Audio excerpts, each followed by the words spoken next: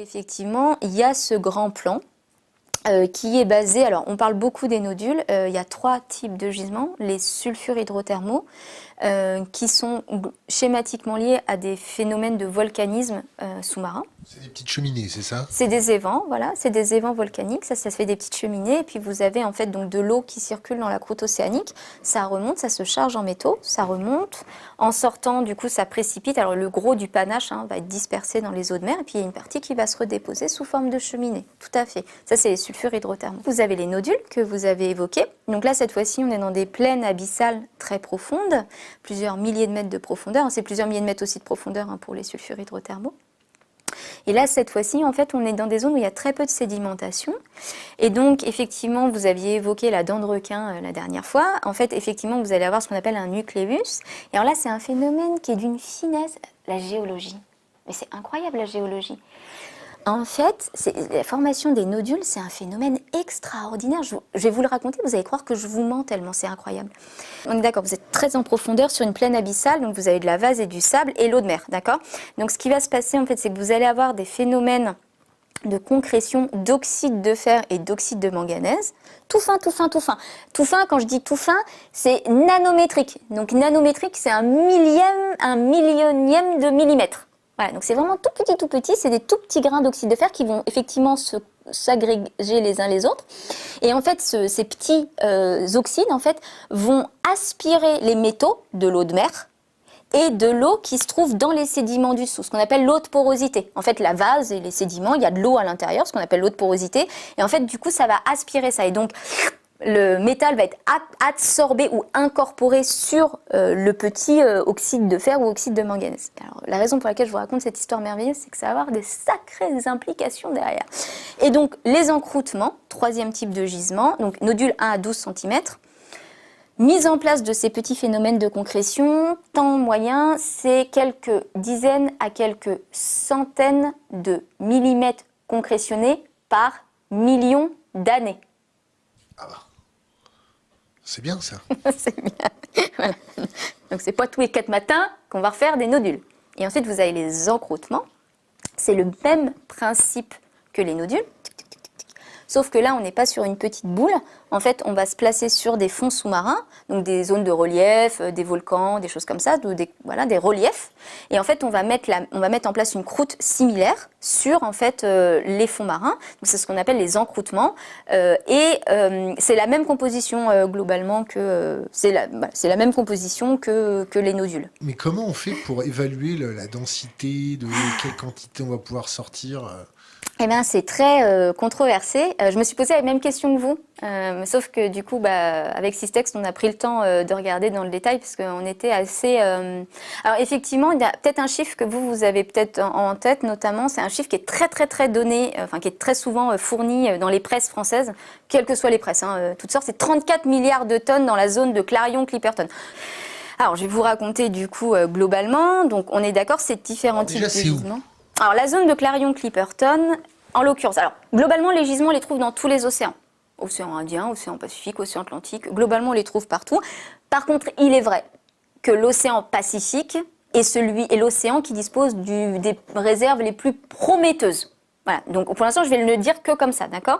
À l'intérieur, vous avez notamment les 2 principaux gisements et de nodules et d'encroûtements. Pour les nodules, c'est la zone de Clarion-Clipperton qui se trouve entre le Mexique et Hawaï, donc nord de l'océan Pacifique. Et au sud-ouest de cette zone-là, donc pas très loin, vous avez la Prime Crust Zone, qui est là, du coup, c'est l'équivalent de la zone de Clarion-Clipperton, mais pour les encroûtements. C'est vraiment le nirvana, si vous voulez. Zone de croûte. Oui, mais du coup, il ne faut pas le traduire, parce que sinon, ça casse tout. C'est la Prime Crust Zone. Voilà. Et donc, si vous dites la zone de première croûte, c'est horrible. Donc voilà, donc c'est la zone où il y a les encroûtements les plus riches. Bon, ça se trouve dans l'océan Pacifique, mais sachez encore une fois qu'il y a d'autres gisements ailleurs. Et donc, du coup, alors nous, on s'est intéressé à 2 choses. Pour avoir beaucoup de métal, il faut soit que ce soit très riche, donc la concentration soit très élevée, c'est-à-dire que vous pouvez avoir un petit tonnage, c'est-à-dire une quantité totale de minerai faible, si vous avez une très grosse concentration. Si 50% de tout le minerai, c'est du métal, c'est banco, vous n'avez pas besoin de beaucoup de tonnage. Donc, au niveau des teneur, on s'est d'abord intéressé aux teneurs, c'est-à-dire quelle est la concentration dans les métaux qui nous intéressent dans les différents types de gisements. Bon, combien de mètres carrés je suis obligé de moissonner pour me faire un panneau Et solaire? après, ça viendra après, mais il faut déjà regarder la teneur, il faut déjà vous intéresser à la teneur, parce que si on vous dit que ce gisement est très riche, vous n'aurez pas besoin de moissonner beaucoup, forcément. Donc du coup, prenons la teneur. En fait, déjà, la grande surprise, première grande surprise que nous, on a eue, c'est que la plupart, enfin, je ne sais pas si vous voyez un peu les presses ou la façon dont on en parle, mais on en parle beaucoup, souvent avec beaucoup d'emphase. Et du coup, on finirait presque par croire qu'il y a des métaux incroyables dans les fonds marins, que ce n'est pas du tout des métaux de base ou ce n'est pas du tout des métaux connus. Vous voyez un peu, il y a une espèce d'imaginaire que je trouve qui s'est un petit peu créé. Alors en fait, pas du tout, hein, c'est... des métaux on ne peut plus connus. En fait, les principaux métaux d'intérêt pour les sulfures hydrothermaux, c'est or, argent, cuivre, zinc, connus quoi. Et pour les encroûtements et les nodules, c'est manganèse, nickel, cobalt, cuivre. Concentration? Alors, les concentrations là-dedans, c'est soit dans la gamme des gisements terrestres, soit en dessous des gisements terrestres. C'est des gisements terrestres. Vous parlez de la référence d'il y a 1850 où on se penchait, on ramassait Non, je parle de la référence actualisée Systex août 2022. Donc en gros, les concentrations sont extrêmement faibles. Donc si vous voulez des exemples encore plus précis, je peux vous donner par exemple donc, dans la zone de Clarion-Clipperton et dans la zone de la PCZ, donc dans cet ordre. Typiquement, donc ça c'est des données de Hein et al. 2013. Hein, c'est le grand pape de la géologie et des ressources marines à l'international. Du coup, en fait, Hein et al. Vous dit que donc, sur la zone de Clarion-Clipperton, donc au niveau du cobalt, alors, je suis en train de regarder mes rapports et mes notes, je vous dis ça tout de suite, c'est 0,21%. Pour la prime crust zone, c'est 0,67%. Et la concentration dans les gisements terrestres, actualisée de août 2022, c'est 0,01 à 1%. Voilà. Donc vous êtes dans la gamme. Globalement, vous êtes dans la gamme, mais vous n'êtes pas énorme, quoi. Je veux dire, c'est 0,21 et 0,67, quoi. Donc on n'est pas très au-dessus, c'est des concentrations. Voilà. C'est plus facile de l'exploiter. Ah, ça, on passe le petit après. râteau tranquille, ça passe tout seul. Petit râteau tranquille. Et vous allez prendre un tuba, je vais vous amener à 4000 mètres de profondeur. Alors du coup après voilà, donc ça c'est pour vous donner un ordre de grandeur. Par contre vous avez d'autres métaux donc qui ne sont pas des métaux d'intérêt sensu stricto dans le sens où ce n'est pas les premiers métaux pour lesquels on va, tels que ceux que je vous ai listés, mais c'est des métaux d'intérêt potentiel. C'est-à-dire on espère pouvoir les trouver aussi potentiellement. Donc là on les a aussi regardés et on a notamment regardé des métaux dont tout le monde parle, donc notamment par exemple le lithium, on parle beaucoup donc de lithium dans les nodules polymétalliques, donc dans les nodules, on va les appeler les nodules, peu importe qu'ils soient polymétalliques, c'est des nodules, dans les nodules de la zone de Clarion-Clipperton. Alors là, du coup, la concentration en lithium, c'est 131 grammes par tonne. Les teneurs dans les salars, c'est 500 à 1500 et ça peut monter jusqu'à 15 000 dans les gisements primaires. Autant vous dire que 131, Et alors les terres rares dont tout le monde parle tout le temps, et notamment dans la prime crust zone, concentration des terres rares dans la prime crust zone, donc encroûtement 0,25%, teneur des gisements mondiaux 5 à 10.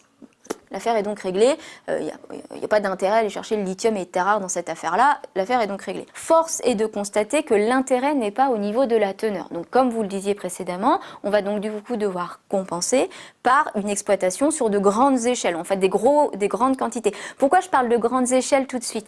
Les sulfures hydrothermaux, c'est des cheminées isolées, maximum 45 mètres, parfois elles peuvent faire 1 mètre, 2 mètres, maximum 45 mètres. Ce sont des petits amas, vous voyez, en ponctuel. Donc c'est pas en fait un petit amas. Comment ça se passe?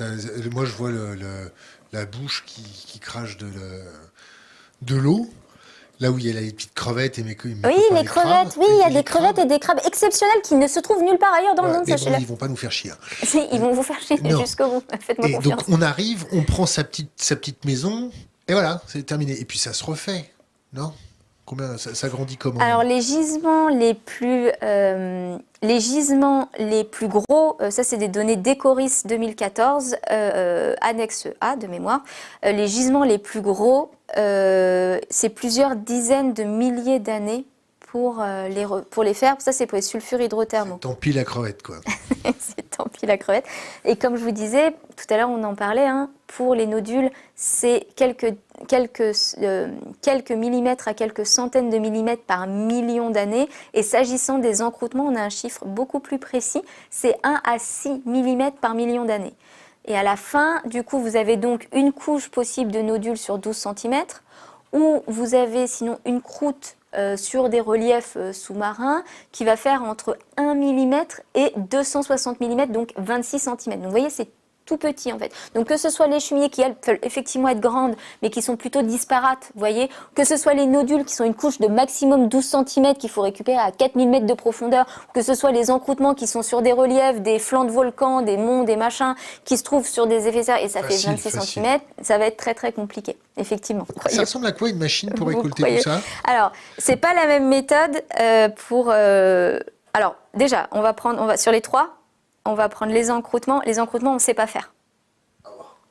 Les encroûtements, on ne sait pas faire parce qu'en fait, le problème, c'est qu'on a une couche indurée qui repose sur un substrat rocheux. Allez, passons. Donc, et du coup, ça va être compliqué de les séparer. Non, mais passons, oui et non, j'insiste quand même. Je me permets d'insister parce que ça veut dire que quand on vous parle d'encroûtement, bah, c'est pas très honnête si on commence pas par vous dire je sais pas comment exploiter ce machin. Oui, mais ça fait des beaux chiffres dans la presse. Oui, bon, peut-être, mais bon, ça veut dire qu'il faut être honnête. On ne sait pas exploiter ces encroûtements. Le problème, c'est que vous imaginez, c'est comme une croûte de fer qu'on a mis sur de la roche. Donc, à un moment donné, le seul moyen, c'est, je suis désolée de dire, eh ben, c'est la dynamite. Et du coup, dynamiter à 4000 mètres de profondeur, ça va être compliqué. Donc, sinon, il faut des machines qui sont assez... On sait faire, hein. On sait faire.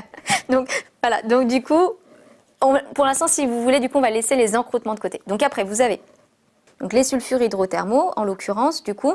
Donc, vous avez 3 machines, un auxiliary cutter ou un découpeur auxiliaire, qui est en fait une grosse machine qui va découper grossièrement le gisement. Ensuite, vous avez le bulk cutter ou le découpeur en masse. Alors, le pauvre, en fait, c'est lui qui fait le travail de précision de la découpe de gisement. Et ensuite, vous avez le troisième, c'est le collect machine, on appelle donc l'appareil de collecte, qui lui, en fait, va aspirer avant de le ramener sur la conduite de levage qui va rejoindre les vaisseaux qu'on appelle les vaisseaux de soutien à la production et qui fonctionnent à longueur de temps, voilà, puisque du coup, c'est la conduite de levage du minerai qui doit être reliée aux environs de 3-4 000 mètres de profondeur jusqu'à la surface. Bon. Donc, il faut savoir en fait que ces machines, en fait, comme je vous ai dit, moi je pensais que c'était des robots dans la piscine, j'ai vite déchanté, puisque effectivement, je vous avais dit la dernière fois, c'est énorme. Donc, si on prend le cas de Solwara, ces 3 machines-là, elles font entre 180 et 280 tonnes pour une puissance installée de 1,8 à 2,5 mégawatts. Et ces données, je les tiens de Parianos 2016. Parianos qui est un monsieur qui a présenté en fait le projet de Solwara. Et donc, je me base sur ces infographies et sur ces données. Donc, du coup, vous imaginez, alors vous me dites, je sais absolument pas, moi je ne savais pas ce que c'était ces trucs-là. Donc, du coup, je ne me suis pas laissée démonter et je suis allée chercher les plus gros tombereaux dans l'industrie minière. Vous savez, ces espèces de monstres-là. Le Liberté 282, en l'occurrence, c'est l'un des plus grands et l'un des plus puissants tombereaux ou dumpers, si on prend le terme anglais, au monde. Il a été conçu pour l'industrie minière. Pour se rendre compte de qu'est-ce que j'entends par grand, ce truc fait 14 mètres de long, il fait 8 mètres de large et 7 mètres de haut. 8,8 mètres de large de mémoire et il fait 7 mètres de haut. Donc, vous allez me dire, c'est super grand. Bah oui, c'est super grand, c'est incroyable, c'est un monstre. Le truc à charge en vide, il est à 200 tonnes en charge vide. Il peut porter jusqu'à 600 tonnes de mémoire dans sa capacité maximale. Enfin, c'est un monstre, quoi, c'est un monstre. Bon. Et pour la petite histoire, vous savez, ces pneus, ils font 4 mètres de diamètre et ils pèsent 5 tonnes. Du coup, ce Liberté 282, je regarde ses spécifications. Hauteur, largeur, longueur, puissance installée. Et puissance installée, c'est 2,7 mégawatts, ce qui correspond à 3650 chevaux. Et là, je compare ces spécifications avec le bulk cutter, la deuxième machine. C'est quasiment la même chose. Et on va envoyer ces machines-là à 4000 mètres de profondeur. Bon, moins, parce que les gisements de sulfures hydrothermaux sont moins profonds, mais on va dire entre eux, autour de... on va dire 1500, entre 1500 et 2500 mètres de profondeur, quoi. Bon. Donc déjà, ça c'est ça. Et après, pour les nodules, en fait, vous avez ce qu'on appelle un collecteur actif qui doit en fait aspirer. Donc pareil, hein, il a une conduite, il est relié à la conduite de levage et il doit aspirer en fait les nodules. Alors on parle d'un collecteur actif et non pas un collecteur passif, parce que les collecteurs passifs ont été essayés, c'était le râteau en fait, ce que vous disiez. Donc c'est-à-dire en fait on envisageait de mettre une benne, vous savez, avec une ligne quoi. Un peu comme la pêche à la ligne, on met la benne au fond et on tire et on va bien récupérer les petits nodules qui se trouvent en fond, quoi. Au pire, on ramènera du sédiment. Alors ça marche pas du tout, on récupère beaucoup trop de sédiments, ça va pas du tout. Donc on a mis en place plutôt des collecteurs actifs où là, en fait, on va commencer à pré-traiter à l'intérieur de la petite machine. Donc on va commencer à séparer l'eau, les sédiments des nodules, quoi. Et on les range dans des petits sacs? Et on les range dans une benne, et cette benne, en fait, elle est aspirée en continu vers le navire de soutien à la production. Sachant que du coup, nous, on a regardé, on a dit, mais l'énergie que ces deux trucs demandent, parce que bon, on s'entend que vous n'allez pas faire fonctionner 3650 chevaux ou un équivalent, donc c'est-à-dire en puissance installée 2,5 MW pour un bulk cutter, ils sont 3, hein, mais bon, rien que pour celui du milieu, 2,5 MW, on ne va pas le faire fonctionner avec des éoliennes qu'on va mettre sur une île flottante à l'intérieur de l'océan Pacifique. Donc il faut des hydrocarbures. Hydrocarbures aussi, carburant nécessaire pour le système de remontée. C'est extrêmement compliqué de faire remonter une masse, même petite masse, en continu, depuis plusieurs milliers de mètres de profondeur. Pour les nodules, c'est encore pire. Hein. La plupart des gisements, les grandes surfaces minéralisées... Vous parlez d'une communauté qui a toujours essayé d'empiler les pailles et d'aspirer du yaourt. On sait tous qu'après 3 pailles, on devient tout rouge. Voilà, c'est le même principe. Du coup, voilà, les principaux gisements de nodules ils se situent entre 4100 et 4200 mètres de profondeur. Donc, même remonter des, entre guillemets, petites masses, mais c'est pas du tout des petites masses hein, qu'on va remonter. Il faut les remonter là-haut. Du coup, c'est ça qui demande énormément. L'injection des sédiments, c'est sur le bateau ou c'est sous l'eau? Alors, du coup, actuellement, ce qui est dit, c'est que, en tous les cas, sur le pré-traitement, parce que dans tous les cas, quel que soit le type de gisement, il faut faire un pré-traitement par déshydratation. Parce que du coup, vous avez beaucoup d'eau, de l'eau marine, et puis vous avez aussi des sédiments. Qu'il faut déjà séparer, quitte les sulfures hydrothermaux, quitte les encroûtements, quitte les nodules, du sable, de la vase, des autres petits cailloux, etc. Et ça, du coup, alors l'idée, notamment, il y a un certain nombre de propositions qui ont été faites, notamment Okromovitch et Tal 2021, qui fait des propositions, du coup, Agarwal et Tal aussi en parle de mémoire hein, dans 2012. En fait, ils font des propositions de pré-traitement directement au fond, donc directement dans les machines. C'est-à-dire les machines qui collectent font le pré-traitement par déshydratation. C'est comme ça que ça... Ça, c'est une première possibilité. La deuxième possibilité, c'est qu'on remonte la masse en entier. Alors effectivement, ça demande plus d'hydrocarbures, hein, c'est plus compliqué. Mais par contre, du coup, vous pouvez faire le traitement sur le bateau. Voilà, 2 possibilités. Par contre, ce qui est sûr, c'est que le pré-traitement, ce sera fait en mer. Ce qui fait que si c'est au fond, eh ben, les rejets liés à cette séparation se feront en mer, au fond de l'eau. Si c'est sur le bateau, on peut mettre en place ce qu'on appelle une conduite de réinjection, où en fait on va réintroduire, alors de préférence au-delà de 1000 mètres de profondeur, en tous les cas c'est ce que les chercheurs expliquent en disant s'il vous plaît essayez de ne pas mettre ça trop en surface, mais de toute façon ça ne change rien, les dommages vont être similaires, réintroduire en fait les matériaux au fond, donc plutôt vers 1000 mètres de profondeur, donc conduite de réinjection. Et donc ça, c'est que la partie, vous les avez juste collectées. Mais la question que vous pourriez légitimement vous poser, c'est de me dire, eh bien, du coup, écoutez, là, pour l'instant, moi, j'ai juste des encroûtements, j'ai juste des sulfures hydrothermaux, j'ai des amas. Là, j'ai toujours pas de métal. Ça fait pas des voitures, notre affaire. Donc, si je veux faire des voitures ou si je veux faire, j'en sais rien, moi, des machines, j'ai quand même besoin d'étapes ultérieures. Et alors ça, c'est complètement passé sous silence. C'est drôle. Les gens, ils parlent toujours de la collecte, de comment on va au fond, du fait que c'est difficile, qu'il y a 600 bars, alors que la pression atmosphérique, c'est 1 bar, qui fait 1,5 degré, donc il fait très très froid, machin. Tout le monde parle de l'exploitation, et personne se dit, pour l'instant, je n'ai ramené sur le bateau que des nodules. Du caillou, quoi. J'ai que du caillou, là. Donc là, on n'y est toujours pas. Et vous vous souvenez, cette histoire que je vous racontais sur les nodules, de ces tout petits grains finement abriqués, etc. Vous croyez que le métal, ça va être facile à le récupérer, cette échelle-là? Un petit marteau et hop. Un petit marteau. Et les petits doigts, ça marche pas non plus. Et non. Et donc, du coup, en fait, il n'y a pas d'équivalent terrestre de ces minerais. Il n'y a pas d'équivalent. Pour le traiter? Pour le traiter. En fait, en type, c'est-à-dire en termes de texture, c'est tellement fin. Vous imaginez?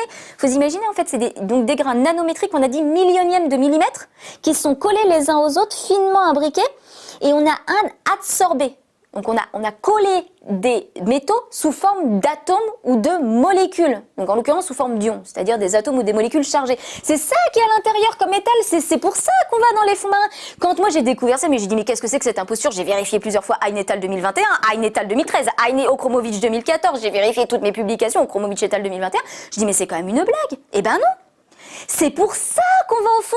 C'est pour aller récupérer des métaux qui sont sous forme d'atomes ou de molécules chargées collés à des grains d'oxyde de fer ou d'oxyde de manganèse qui sont eux-mêmes de taille nanométrique. Il n'y a même pas une petite boulette de cuivre qui traîne? Rien.